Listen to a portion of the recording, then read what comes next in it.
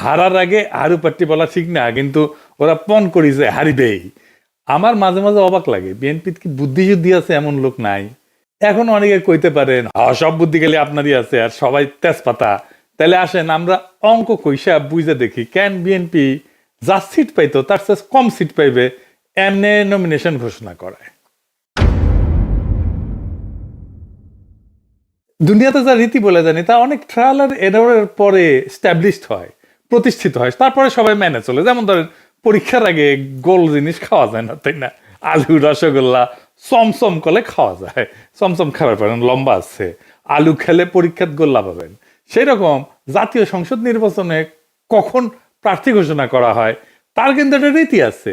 সেই রীতি কি এবং কেন সেই সময়ে প্রার্থী ঘোষণা করা হয়, আসেন সেটা এটা বুঝে দেখি। আমি বাংলাদেশের 4টা সাম্প্রতিক জাতীয় সংসদ নির্বাচনের প্রার্থী ঘোষণার সময়কাল ধারাবাহিকভাবে বর্ণনা করতেছি, যাতে আপনারা পুরা প্রক্রিয়াটা সময়ের ক্রম অনুসারে পরিষ্কারভাবে বুঝতে পারেন। 2008 সালের নির্বাচন, ভোটের তারিখ ছিল 29শে ডিসেম্বর 2008 সাল। তফসিল ঘোষণা হয়েছিল 24শে নভেম্বর 2008। প্রধান দলগুলা প্রার্থী ঘোষণা করছিল কখন? আওয়ামী লীগ, বিএনপি এবং মহাজোট, মানে 4 দলীয় জোট উভয়, ডিসেম্বরের 10 থেকে 15 তারিখের মধ্যে। তার মানে ভোটের 15 থেকে 20 দিন আগে চূড়ান্ত প্রার্থী ঘোষণা করছিল। 2014 সালে যদিও সেইখানে বিরোধী দল সবাই নির্বাচন বয়কট করছিল, তো ভোটের তারিখ ছিল 5 জানুয়ারি 2014। তফসিল ঘোষণা হয়েছিল 25শে নভেম্বর 2013। প্রধান দলগুলো প্রার্থী ঘোষণা, আওয়ামী লীগ ডিসেম্বরের শুরুর সপ্তাহে চূড়ান্ত প্রার্থী তালিকা দেয়। বিএনপি তো নির্বাচনে অংশ নেয় না, বর্জন করছিল। সময়ের ব্যবধান 30 দিন। 2018 সালে নির্বাচন হইল 30শে ডিসেম্বর, তফসিল ঘোষণা 8ই নভেম্বর। প্রধান দলগুলার প্রার্থী ঘোষণা, আওয়ামী লীগ 25শে নভেম্বরের মধ্যে অধিকাংশ প্রার্থী চূড়ান্ত করে। জাতীয় ঐক্যফ্রন্ট, যেটার মধ্যে বিএনপি টিএনপি সবাই ছিল, 26 থেকে 28শে নভেম্বরের মধ্যে প্রার্থী তালিকা প্রকাশ করে। বাংলাদেশের রাজনৈতিক দলগুলো সাধারণত ভোটের 30 থেকে 35 দিন আগে আনুষ্ঠানিকভাবে প্রার্থী ঘোষণা করে এবং তফসিল ঘোষণার 7 থেকে 15 দিনের মধ্যে চূড়ান্ত তালিকা দেয়। তার মানে তফসিল ঘোষণার পরে প্রার্থী তালিকা দেয়। কারা দেয়? বড় দলগুলো দেয়। কেন দেয় আসেন সেটা বুঝে দেখি। এই জায়গায় আছে রাজনৈতিক কৌশলের প্রশ্ন। বড় দলগুলা প্রার্থী তালিকা যত দেরিতে প্রকাশ করে তত বেশি সময় তারা স্থানীয় জোট, আপোষ, নেগোসিয়েশন, সম্ভাব্য বিদ্রোহী প্রার্থীদের সামলানোর সুযোগ পায়। ছোট দল বা জোটের ক্ষেত্রে প্রার্থী ঘোষণা আগে ভাগে করা হয়। আমরা এটা হিসাব কষে দেখাই দেব, যেন বেশি সময় ধরে প্রচারণা চালাইতে পারে। এবার আমরা একটু দেখি যে ছোট দল আসলেই কি আগে প্রার্থী ঘোষণা করে। 2008 সালে আমরা তো দেখছি তফসিল ঘোষণা 24শে নভেম্বর 2008, ভোটের তারিখ 29শে ডিসেম্বর 2008। ছোট দলগুলা মানে জাতীয় পার্টি এরশাদ 28শে নভেম্বরের মধ্যে অধিকাংশ প্রার্থী ঘোষণা করে। ইসলামী দল এবং বামপন্থী জোট, যেটা জাতীয় সমাজতান্ত্রিক দল, ওয়ার্কার্স পার্টি ইত্যাদি, নভেম্বরের শেষ সপ্তাহে প্রার্থী প্রকাশ করে, অর্থাৎ ভোটের 30 দিন আগে থেকে প্রচারণা শুরু করে। 2014 সালের নির্বাচনে তফসিল ঘোষণা করে 25শে নভেম্বর, ভোটের তারিখ 5 জানুয়ারি। বিএনপি ছিল না, ডিসেম্বরের শুরু থেকে 1 থেকে 5 ডিসেম্বরের মধ্যে ছোট দলগুলো প্রার্থী ঘোষণা করে 30 থেকে 35 দিন সময় আগে। 2018 সালের নির্বাচনে তফসিল ঘোষণা 8ই নভেম্বর 2018, ভোটের তারিখ 30শে ডিসেম্বর 2018। ছোট দলগুলা যেমন ইসলামী আন্দোলন, বাংলাদেশ জেএসডি, বিকল্প ধারা, গণফোরাম, ঐক্যফ্রন্ট, এগুলো নভেম্বরের 10 থেকে 20 তারিখের মধ্যে প্রার্থী তালিকা ঘোষণা করে। এরশাদ 20 নভেম্বরের মধ্যে অধিকাংশ আসনে প্রার্থী চূড়ান্ত করে। তারা ভোটের প্রায় 40 থেকে 45 দিন আগে প্রচারণা শুরু করে প্রার্থী সিলেকশন কমপ্লিট করে। তার মানে ছোট দলগুলো হিসাব করলে দেখা যাবে ভোটের প্রায় 45 থেকে 50 দিন আগে তারা মাঠে নামে এবং প্রার্থী চূড়ান্ত করে ফেলে। ছোট দলগুলা তফসিল ঘোষণা 5 থেকে 10 দিনের মধ্যে প্রার্থী ঘোষণা করে এবং ভোটের অন্তত 45 দিন আগে থেকে প্রচারণা শুরু করে দেয় তাদের প্রার্থী নিয়ে, কারণ তাদের প্রচারণা সীমিত বাজেট নির্ভর এবং ব্যক্তি নির্ভর, তাই আগে ভাগে মাঠে নামাটাই টিকে থাকার উপায়। বড় দলগুলো কেন দেরি করে প্রার্থী ঘোষণা করে এটা আরেকটু বুঝে দেখি। আগে বলছি, আবার একটু বুঝে দেখি। এর পিছনে অনেক রাজনৈতিক এবং মনস্তাত্ত্বিক কৌশল কাজ করে। দেরিতে প্রার্থী ঘোষণা করে বড় দলগুলো একাধিক রাজনৈতিক উদ্দেশ্য একসঙ্গে অর্জন করতে পারে। যেমন 1 নম্বর, স্থানীয় জোট এবং দর কষাকষির জন্য সময় পায়।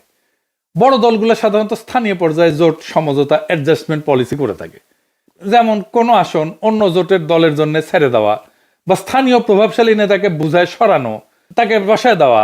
যদি প্রার্থী আগে ভাগে ঘোষণা করে তাহলে সে আলোচনাগুলো অচল হয়ে যায়, কারণ প্রার্থী ঘোষণার পর আসন ভাগাভাগি করা রাজনৈতিকভাবে কঠিন হয়ে পড়ে। তাই তারা ইচ্ছা করে প্রার্থী তালিকায় শেষ মুহূর্ত পর্যন্ত গোপন রাখে, যাতে আসন বিন্যাস জোট রাজনীতি চলমান এবং নমনীয় থাকে। যেমন 2018 সালে আওয়ামী লীগ মহাজোটের সঙ্গে আসন ভাগাভাগির জন্য প্রার্থী তালিকা বারবার পিছাইছে, বলা হয়েছিল এটা একটা সিট অ্যাডজাস্টমেন্ট উইন্ডো। 2 নাম্বার, সম্ভাব্য বিদ্রোহী প্রার্থীদের নিয়ন্ত্রণ। প্রত্যেকটা বড় দলের মধ্যে একাধিক মনোনয়ন প্রত্যাশী থাকে, যারা মনোনয়ন পায় না তারা বিদ্রোহী প্রার্থী বা স্বতন্ত্র প্রার্থী হিসেবে দাঁড়ায় যায়। যদি নাম আগে ভাগে ঘোষণা করা হয় তাহলে যারা বাদ পড়ছে তারা সময় পেয়ে যায় বিকল্প প্রতীক সংগ্রহ, প্রচারণা করা, দল বিরোধী ক্যাম্প গঠনের, তার ফান্ড কালেক্ট করার।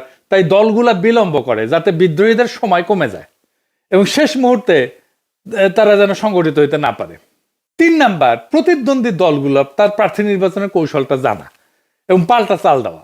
বড় দলগুলো অনেক সময় বিপক্ষ দলের প্রার্থী তালিকা আগে ভাগে পর্যবেক্ষণ করে তারপর নিজেদের তালিকা প্রকাশ করে। এতে তারা দেখতে পারে কারা মাঠে শক্তিশালী, কারা দুর্বল, কোন আসলে সেফ বেইট।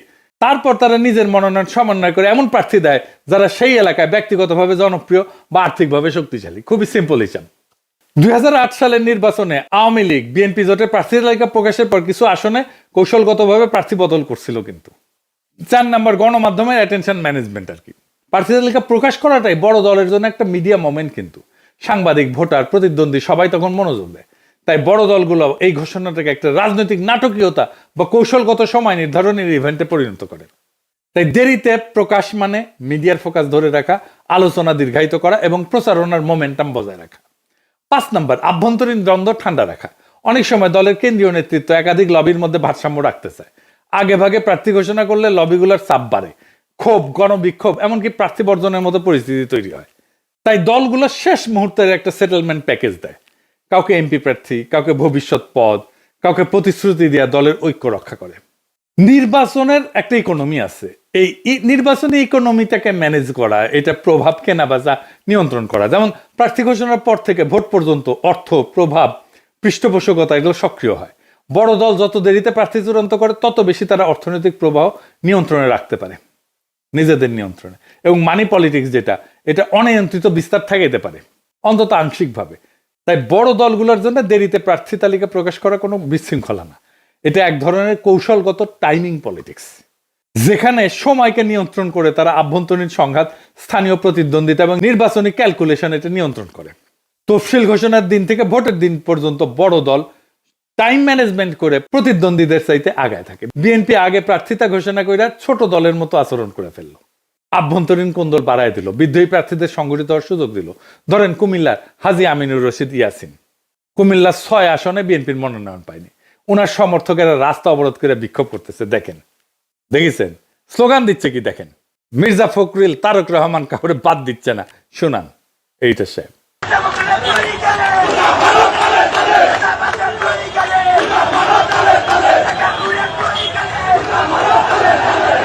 উনি কিন্তু ভালো মানুষ, ইয়াসিন সাহেব ধান্দা করার জন্য রাজনীতিতে আসেন না। আমি শিওর উনারে বিএনপির বিরোধীরা মনোনয়ন দিলে বিএনপির প্রার্থী হাইরা যাবে। লক্ষ্মীপুর স্যারে আসম আব্দুর রবের জন্য এবিএম আশরাফুদ্দিন নিজানের মনোনয়ন দেয় না, ওই সিটে আসম আব্দুর রব গোহারা হারবে যদি নিজান সাহেব অন্য মার্কা নিয়ে দাঁড়ায়। আমার হিসাবে বিএনপি 40 থেকে 50টা সিট হারাবে। এইভাবে বিদ্রোহী প্রার্থী অন্য দলে ভিড়ে যাবে। হারাধনের 10টি ছেলে রইল বা কি এক, এমনিতেই ক্ষমতায় যাবে কিনা সেটাই প্রশ্ন। তার মধ্যে ভুল কৌশলে সিট হারানোর কাম করলো, মানে মোটে মা রাধে না তপ্ত আর পান্তা। আর কি মহা ভুল করিছে। খালেদা জিয়াকে মনোনয়ন দিছে 3টে আসনে, এটা একটা ডিজাস্টার হবে। আমি সমস্ত রেসপেক্ট, খালেদা জিয়ার প্রতি সমস্ত রেসপেক্ট রেখে বলতেছি, খালেদা জিয়া সবকিছুর ঊর্ধ্বে থাকবেন। ওনারে আমরা সবকিছুর ঊর্ধ্বে রাখতে চাই, আর ওরা বিএনপির নেত্রী বানাইতে চায়। উনি কেন ইলেকশন করবেন? উনি প্রেসিডেন্ট হবেন বাংলাদেশে, বিএনপি বাদেও যে কোনো দল ক্ষমতা আসলে খালেদা জিয়া প্রেসিডেন্ট হিসেবে প্রথম পছন্দ থাকতেন। ওনাকে ওনার শরীরের এই অবস্থায় ইলেকশনে নামাইয়া তো বিএনপি তার দুর্বলতা প্রকাশ করলো। মানে ম্যাডাম তো গত 14 মাসে কোনো পলিটিক্যাল কাজে যুক্ত ছিলেন না। উনি সেরিমোনিয়াল প্রেজেন্সে যেখানে দরকার সেখানে থাকবেন, যেখানে শারীরিক সক্ষমতা লাগে সেখানে ওনাকে টাইনে আনা তো মোটেই ঠিক না। উনি কি সংসদের মিটিংয়ে থাকতে পারবেন? পারবেন না। উনি কি এলাকায় যাইতে পারবেন? পারবেন না। এমনকি উনি কি 3টা এলাকায় গিয়ে একটা করে নির্বাচনী সভা করতে পারবেন? পারবেন না। এমপি হওয়ার কাজ তো সিরিয়াস ফিজিক্যাল স্ট্যামিনার কাজ। তাহলে বিএনপি কেন ওনারে ভোটে দাঁড় করাইলো? করুণা বা সিম্প্যাথি ভোট পাওয়ার জন্য। করুণা পাবে কিন্তু ভোট পাবে না। করুণা দিয়ে ভোট পাওয়া যায় না, এটা একটা ব্লান্ডার। খালেদা জিয়ার প্রতি সম্মান, ভালোবাসা, শ্রদ্ধা থাকলেও মানুষ ভোট দিবে না। সে একজন কর্মক্ষম নেতা চায়। সে এমন নেতা চায় না যে শারীরিকভাবে দুর্বল। খালেদা জিয়া কখনো হারেন নাই, বিএনপি উনারে হারিয়ে যাওয়ার ব্যবস্থা করছে। আমি আজ কইয়া গেলাম, মিলাই নিয়েন। উনি যতগুলো সিটে আগে দাঁড়াইতেন সবগুলোতে জিততেন, উনি এইবার 3টা সিটেই জিতে আসতে পারবেন না। আমার কথাটা মিথ্যা হইলে আমি সবচেয়ে খুশি হইতাম, কিন্তু তা হইবে না। এই বুদ্ধি কার মাথা থেকে আসছে কে জানে। ও যার মাথা থেকে আসছে ওরা খুঁজে বের করা দরকার। ওরা ইলন মাস্ক কেন টোকায় না? ওরা টোকায় নিয়ে যাওয়া দরকার। ওর তো বাংলাদেশ ওর জায়গা না। আর কি ভুল করিছে? ফজা পাগলারে নমিনেশন দিছে। ফজা পাগলার মতো যত পাগলামো, মুজিব বন্দনা, আওয়ামী রাজনীতি সবকিছু ওন করিছে। আর এক মুজিব সানা হাবিবুর রহমান, হাবিবুরও নমিনেশন দিছে। মানে মুজিব সানাদের পুনর্বাসন করেছে শক্তভাবে, যেন আওয়ামী ন্যারেটিভ চালাইতে পারে। মাদারীপুর একে একটা কাঁচা গুড়ে নমিনেশন দিচ্ছে। দেখেন ছবি, দেখান এডিটর সাহেব, দেখেছেন? এবার ভিডিও দেখেন। ধন্যবাদ জানাচ্ছি, আমাদের সকলকে ধন্যবাদ জানাচ্ছি। সবাই ভালো থাকবেন। তারেক রহমান জিন্দাবাদ, ম্যাডাম খালেদা জিয়া জিন্দাবাদ, জিয়া রহমান শহীদ হোক, জয় বাংলা। দেখেছেন কাক নমিনেশন দিছে, ক্যাঙ্কা নমিনেশন দিছে। এই নমিনেশনে বিএনপির হারা আরো কাশা আসছে। এইটা সাহেব, এটা চাকভুম গানবি। না হাঙ্কারে না, দুঃখ পাওয়া উচিত। দুঃখ আপনারাও দুঃখ ভাব করেন। এইটা সাহেব সানাই বাঁচবি, দুঃখের সুর। আর হ্যাঁ, শেখ রুমিনুর রহমান নমিনেশন পায় নাই, এজন্য খুশি হয়েন না। ওই উচ্চ কক্ষে যাবি, সাথে জামাই কোটার বুদ্ধিজীবীও যাবি, ডাক্তার জাহিদ যাবি, তাসনিম খলিল যাবি, লিগে রেখেন। আজকে কয়ে দিলাম, বিএনপি সরকার গঠন করুক বা না করুক, কিছু সিট তো পাবে উচ্চ কক্ষে। সেই উচ্চ সিটগুলা এদের বসাবে।